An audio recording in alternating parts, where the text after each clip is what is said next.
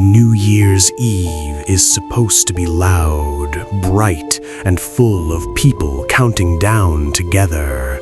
But the truth is that some of the most terrifying things happen when everyone is distracted, drunk, or focused on the clock instead of what's round them. These are three very scary, true horror stories that all happened on New Year's Eve, and every single one of them still haunts the people who lived through them. The first story happened when I was in my early 20s. A few friends and I decided to rent a small cabin to celebrate New Year's Eve somewhere quiet. We didn't want clubs or crowds, just drinks, music, and fireworks in the middle of nowhere. The cabin was deep in the woods, about 40 minutes from the nearest town, and the road leading to it was barely maintained. When we arrived, it was already dark, and the only light came from the porch bulb and our car headlights. At first, everything felt perfect. We cooked, drank, laughed, and watched the time slowly creep toward midnight. Around 11:30, one of my friends stepped outside to smoke and came rushing back in, saying someone was standing near the trees. We all laughed it off, assuming it was just shadows or his imagination. But a few minutes later, we heard slow footsteps crunching in the snow outside. We turned off the music and listened. Whoever it was walked all the way around the cabin, stopping near each window. We could see a silhouette moving past the curtains. No one knocked, no one spoke, just slow, deliberate steps. At midnight, instead of cheering, we sat in silence, terrified, while fireworks popped faintly somewhere far away. Eventually, the footsteps stopped. When morning came, we found deep boot prints circling the cabin, leading back into the woods. We left immediately and never went back. The second story happened to a woman I worked with years later. She told me this story during a night shift, and the way her voice shook made it clear she wasn't exaggerating. She had been driving home alone on New Year's Eve after leaving a small party just after midnight. The roads were mostly empty, and she was sober, being cautious because she knew how many drunk drivers were out. About 10 minutes into the drive, she noticed a car behind her flashing its headlights. At first, she thought it was someone being impatient, but then the car stayed on her bumper no matter how much she sped up or slowed down. When she turned onto a side road near her apartment, the car followed. That's when she realized something was wrong. She didn't drive straight home. Instead, she headed toward a well-lit gas station she knew was open all night. As soon as she pulled in, the car behind her sped away. Shaken, she went home and tried to forget about it. The next morning, police were canvassing her neighborhood. A woman had been attacked just a few blocks from where she would have parked. The suspect was driving a car matching the exact description of the one that followed her. If she hadn't trusted her instincts on New Year's Eve, she believes she would have been the one they found. The third story is the one that still gives me chills whenever New Year's Eve comes around. A friend of a friend shared it after a few drinks, but he was dead serious. He had been working security at a large outdoor New Year's Eve event in a city park. Thousands of people were there, drinking, dancing, and waiting for the countdown. His job was to patrol the edges of the crowd near the darker, quieter areas where things could go wrong. Around 10 minutes before midnight, my friend noticed a man standing alone near the tree line. That wasn't unusual, but what caught his attention was that the man wasn't watching the stage or the fireworks setup. He was staring at the crowd, completely still. My friend approached him and asked if everything was okay. The man smiled in a way that immediately made his skin crawl and said he was just waiting for the right moment. Before my friend could ask what that meant, the man turned and walked away into the trees. Trusting his gut, he reported it over the radio. Security searched the area but found nothing.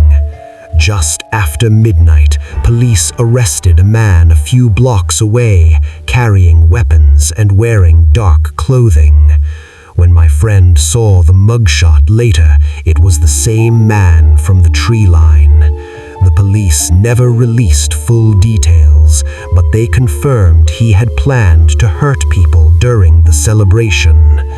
Every year since then, my friend says he watches the countdown on TV, grateful that instinct and timing stopped something far worse from happening.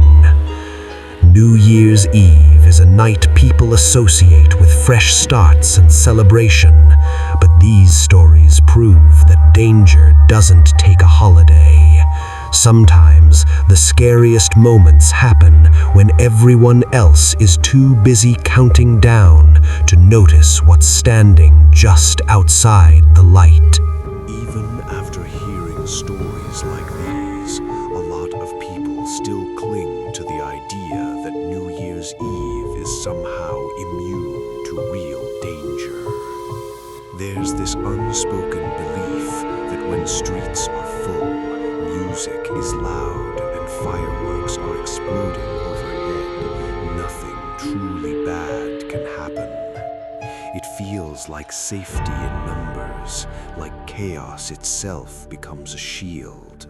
But the reality is far more unsettling.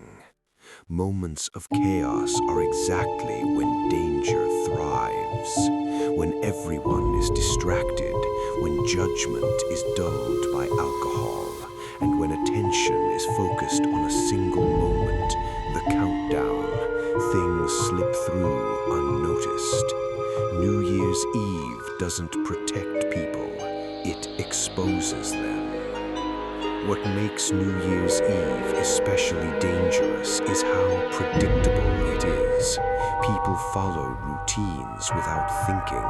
They leave parties at the same time. They take familiar shortcuts. They assume help will be nearby because everyone is out tonight. That false sense of security lowers defenses.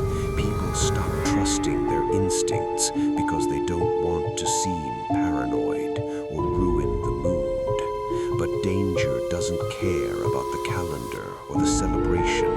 It blends in, waits, and watches.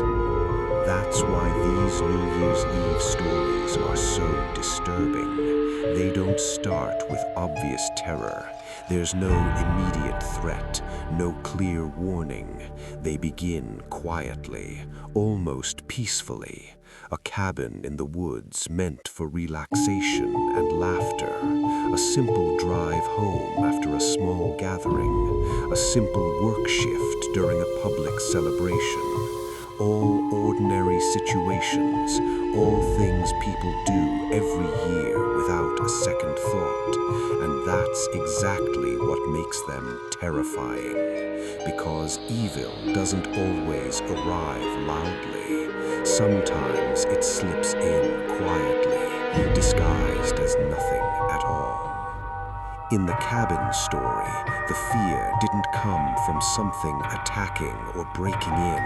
It came from presence, from the slow realization that someone was there, close enough to walk around the cabin, close enough to watch through the windows. No threats were spoken, no demands were made, just footsteps, silence, waiting. That kind of fear digs deeper than sudden violence. It forces your imagination to fill in the gaps. It makes you wonder what would have happened if you'd stepped outside, or if the door hadn't been locked, or if morning hadn't come when it did. The terror isn't what happened, it's what almost happened. The same goes for the story of the woman driving home. On the surface, it's just a car on the road, something everyone experiences, but fear builds slowly when patterns don't break, when a car doesn't pass, when it doesn't fall back, when every turn you make is followed.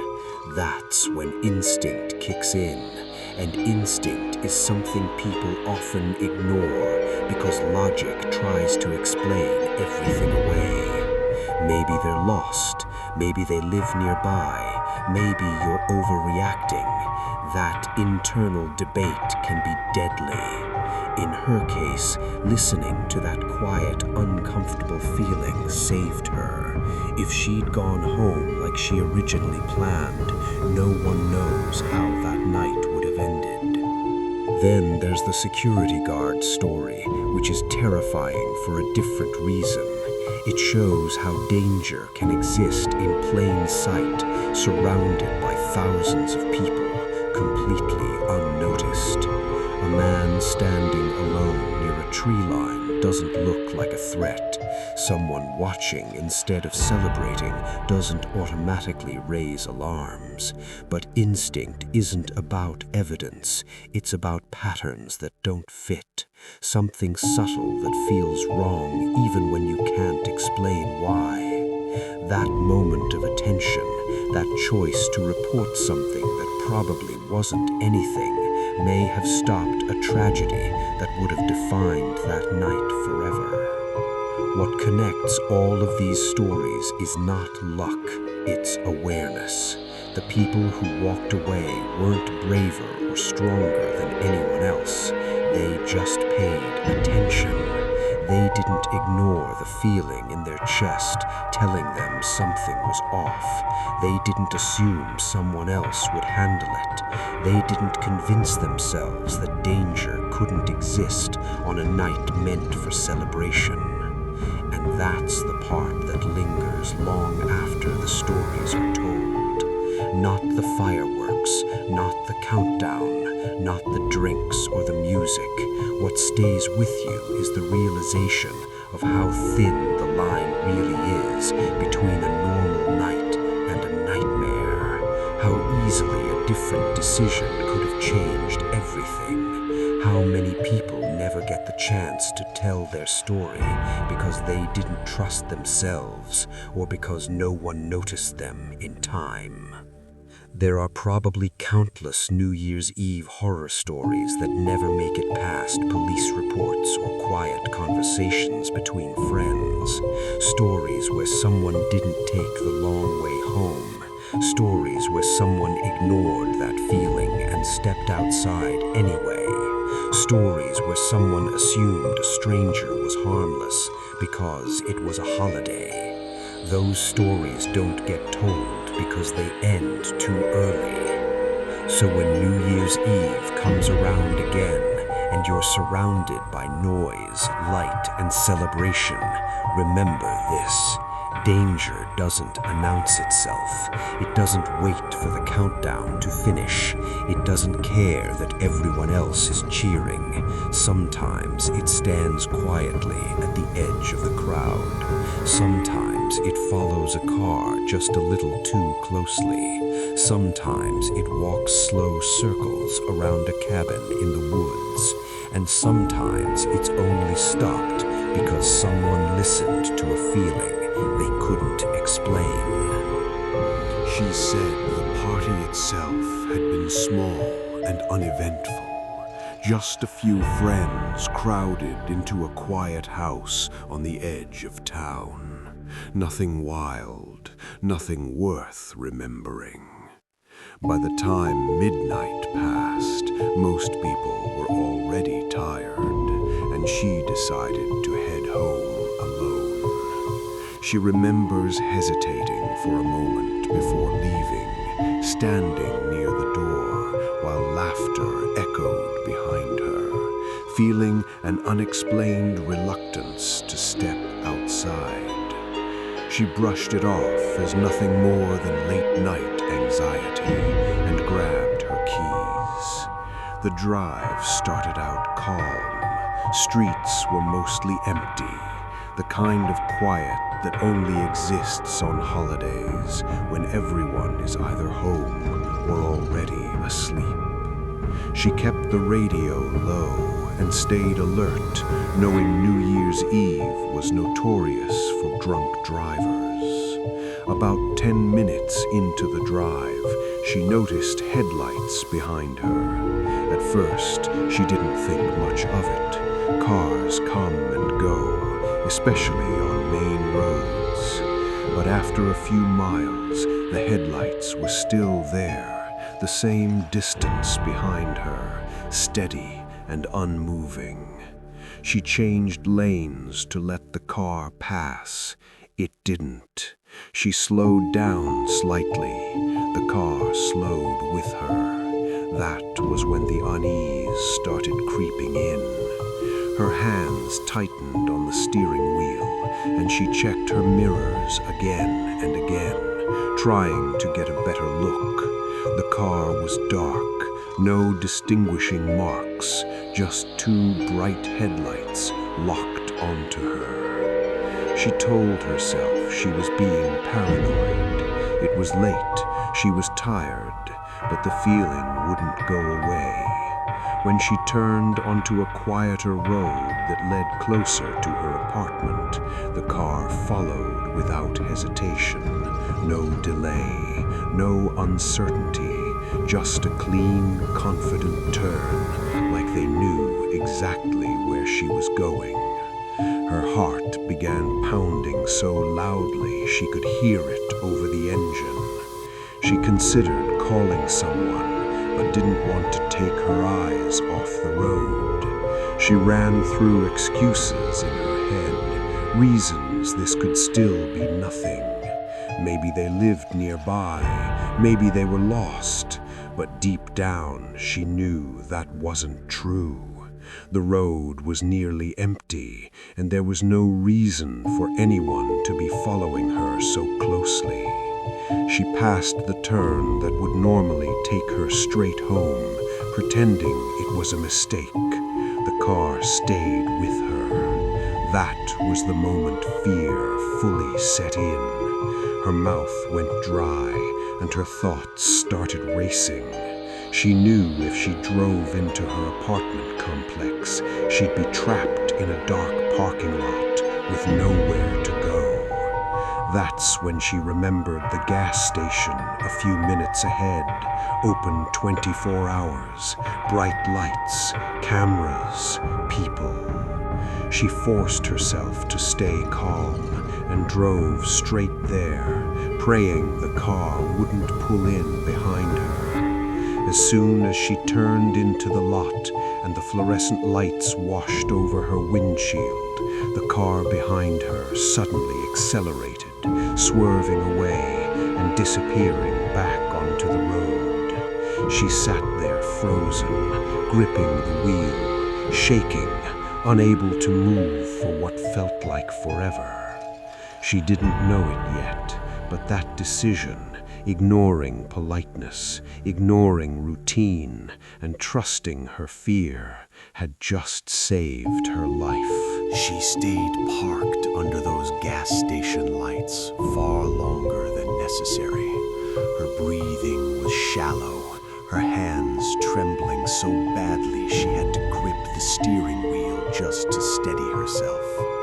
Every few seconds she glanced at the entrance, half expecting that car to come back, to roll in casually as if nothing had happened. It never did. Eventually she went inside, pretending she needed something just so she wouldn't be alone in her car. The clerk barely looked up, too busy scrolling on his phone, unaware that a few minutes earlier she had been convinced she was about to be attacked. When she finally drove home, she took a different route, circling through well-lit streets and making unnecessary unnecessary turns just to be sure no one was following her. Every shadow felt suspicious. Every set of headlights made her stomach drop. By the time she reached her apartment complex, she was exhausted, both mentally and physically. She parked as close to her building as possible and hurried inside, locking the door behind her and sliding down against it, listening to her own heartbeat echo in her ears. She barely slept that night. Every sound outside her window made her sit up in bed. A car door slamming somewhere in the distance felt too close. Laughter drifting in from another apartment sounded wrong, distorted. When morning finally came, she felt relief mixed with embarrassment. In the daylight, the fear seemed dramatic, almost foolish. She told herself she'd overreacted, that it had probably been nothing more than a coincidence. That illusion shattered when she heard the knock on her door. It was just after 10 in the morning. 2 police officers stood in the hallway, serious expressions on their faces. They asked if she had been home the night before and if she had driven through the neighborhood shortly after midnight. Her stomach dropped as she answered yes. One of the officers asked if she'd noticed anything unusual. Her voice shook as she described the car that followed her, the way it stayed behind her no matter what she did, and how it sped away when she pulled into the gas station. The officers exchanged a look before telling her why they were there. Another woman, just a few blocks away, had been attacked in her apartment parking lot around the same time she would have arrived home. The victim survived, but barely. The attacker had fled when a neighbor heard screaming and turned on their lights.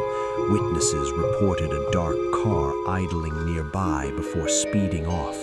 The description matched exactly what she had seen. Her knees felt weak as she leaned against the wall, struggling to process what she was hearing. The officer asked if she could describe the car again, if she'd noticed anything else. She realized then how close she'd come to being that victim. If she hadn't gone to the gas station, if she hadn't trusted that feeling, if she'd followed her usual routine. After the police left, she sat alone in her apartment, staring at the door, replaying the night over and over in her head. She imagined pulling into the parking lot, cutting the engine, stepping out into the cold night air. She imagined hearing footsteps behind her, imagined how quickly everything could have gone wrong. The thought made her physically sick. The days that followed, she became hyper-aware of her surroundings. She checked her mirrors constantly while driving. She avoided being out after dark when she could. Friends told her she was being paranoid, that she couldn't live in fear forever. She smiled and nodded, but they hadn't seen those headlights in their rearview mirror. They hadn't felt that certainty settle into their bones, telling them they were being hunted. Weeks later, police made an arrest. They didn't release many details, but she saw the mugshot online. The man's eyes were empty, detached, like someone who saw people as opportunities instead of humans. The car listed in the report matched the one that followed her. She stared at the photo longer than she should have, trying to reconcile the ordinary face with what he'd almost done. Even after justice was served, the fear didn't disappear. It changed shape.